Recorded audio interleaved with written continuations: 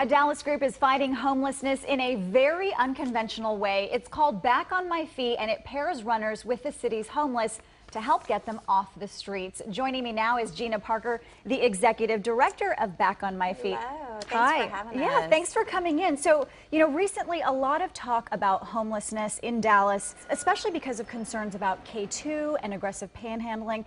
And I think a lot of times when people think of solutions, they think of shelters or service-based programs, but Back on My Feet is really quite different. It is. It is very different. We actually use running and wellness to combat homelessness and pretty much use the power of community and support and offer essential housing and employment resources to the people that we work with.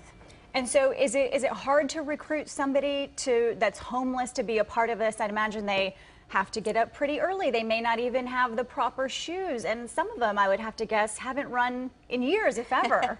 That is a question we get so many times. And everyone would be surprised when we say that it's actually not as difficult to recruit. We work with 4 facilities here in Dallas County, and we try to go in and recruit the individuals that are already taking those steps to finding self-sufficiency. The great thing about our program is that we don't judge. We all roll out of bed, literally roll out of bed. We start running at 5:45 in the morning, and as individuals join our program, we actually do provide them with the gear that you mentioned, so they do receive running shoes and appropriate gear so that they feel just like one of the others. Really what we're looking for is that quality, that mentorship that we offer, and really trying to get them to take self-sufficiencies that will last and be permanent. You guys have a great video. It includes one of your success stories. A guy named Remy, who was an Army veteran, ended up getting down on his luck, and he ended up on the streets. Let's take a listen. My finances got a little messed up.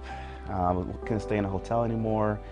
And next thing you know, I'm looking around, living in my car and looking for a place to stay.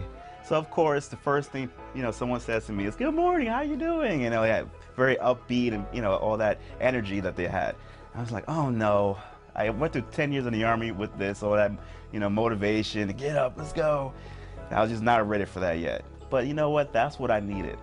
That kind of success is really only possible with the help of volunteers, and you really need these folks to reach out. Absolutely. It takes a hardcore group of volunteers to get out to run in the morning to help us with our program, but there are also other opportunities outside of the running, so I want to make sure that we talk and express that today. If they're runners, great. If they're not, there's still plenty of other opportunities. Something I saw on your website, and I just loved it. It says, running teaches us to take things one step at a time, that you can't cheat life.